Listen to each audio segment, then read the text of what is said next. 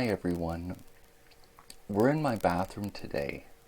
What I want to share with you is how I clean my urinal. I started using a urinal at night because of how stiff my hips and my knees became at night. I started this as a strategy so I wouldn't fall at night trying to make it between my bed, then to my electric wheelchair, to the bathroom, back into the electric wheelchair, and back to my bed. At the time I was falling about twice a month because of the stiffness in my hips. And so this certainly has helped me. I did want to address one concern some men might have. I'm not circumcised, and I don't recommend circumcision. It's not been a problem using the urinal over the long term. I've not had any infections in my foreskin because of using a urinal. I just want to put this out there in case some men are anxious. So what I'm going to take you through now are the steps that I take to clean and sterilize my urinal.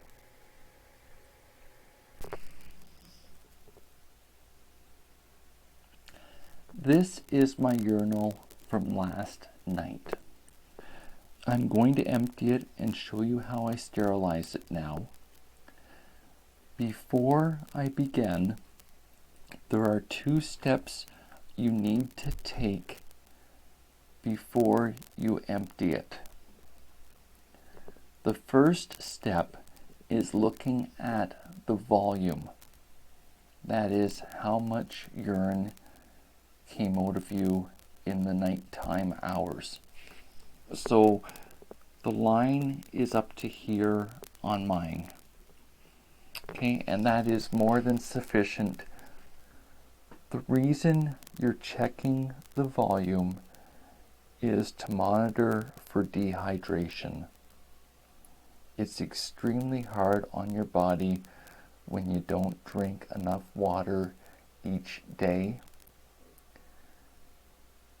So I wanted to put this out there so you're cognizant of what you're taking in to make sure that you're doing the best job for your body as possible. The second thing you're checking for is the color of your urine.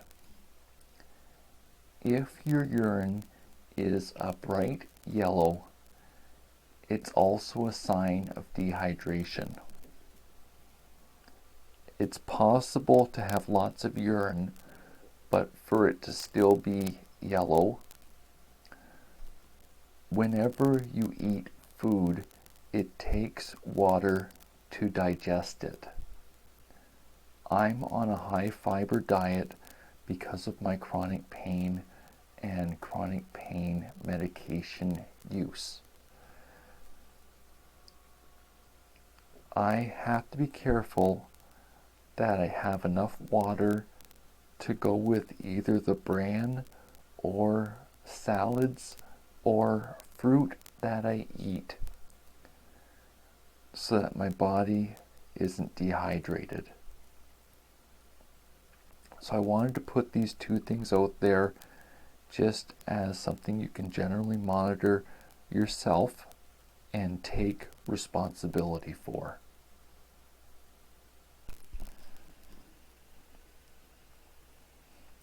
Now's the time to empty the urinal. So you take the lid off of it and then you dump it into the toilet.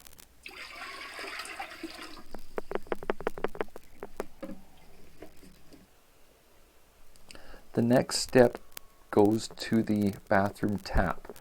So I first place the lid right in the sink so that it'll be washed off as the tap runs passively to begin with. So now you take the urinal and you fill it up with as much water as is possible.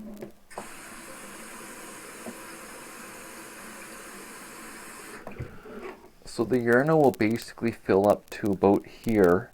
If you have it on a tilt like this, it's going to be the same as if you were peeing into it and the urinal was left to right. The water will start flowing out of it the same as if urine was going to flow out of it. So this is as much water as I can get into it. Now you take the urinal from horizontal to vertical. You swish it around so the water washes down most of the insides. Okay, and you dump it with intentionally having the water splash around the top on the inside.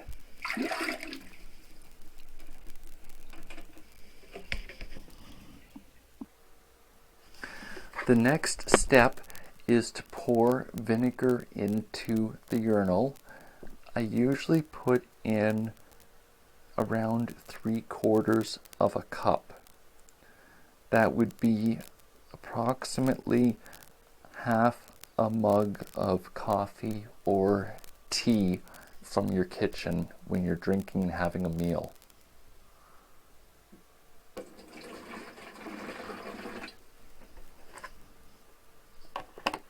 I do it over the sink just in the event that it spills. At least it's going to go down the drain and I'm not going to create a mess.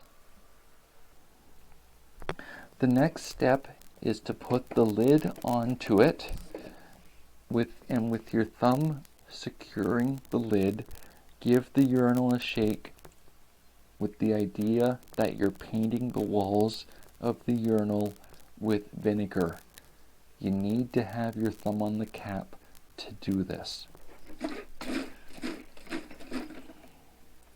Okay, and a few drops did fall out on my hand, but nothing serious. Now you take the cap off and dump the vinegar in the toilet.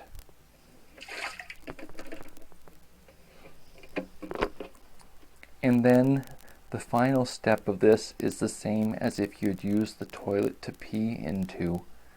You just flush the toilet.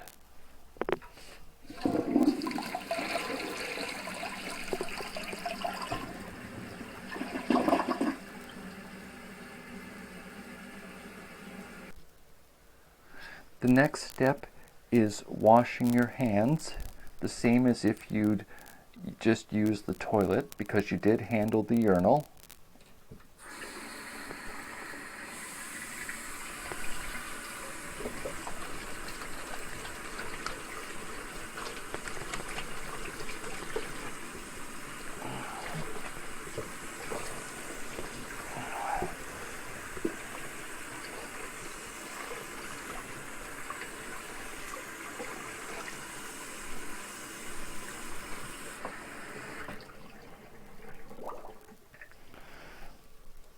Okay, I'm just reaching above the camera to dry them off. Okay, if your urinal fell or got wet while you were cleaning it out, you have the option of leaving it in the sink to dry off and come back in approximately an hour to retrieve it for the next time you're in bed resting. So if I was to do that, I would put it in horizontally and it'll just sit there. The drain is not plugged when I do this. If there is any moisture on the outside, I want to let it fall off of the urinal. The last step of this is filling and refilling the vinegar jugs. It's usually much less expensive to buy a product in bulk, and the same is true with vinegar, but in practical terms it's harder to manage the 4-liter jug, especially when sitting in a wheelchair, lifting and bending depending on what's wrong. So what I do is take the 1 liter jug I've purchased, I put this funnel in it, and then I pour the 4-liter jug into it to refill it. So each 1 liter worth lasts me for about a week or 10 days. It's approximately half the price compared to buying 1 liter jugs. So I wanted to share this to help you save some money, as well as the practical part of refilling the vinegar jug. Since we're in the bathroom, I did want to give you one bonus tip today. This, and also this part, is a plastic seat. It's much easier to sterilize and clean plastic compared to a wooden toilet bowl seat. I just wanted to put that out there for those of you who are doing your best to maintain your independence and are trying your best to keep your home clean.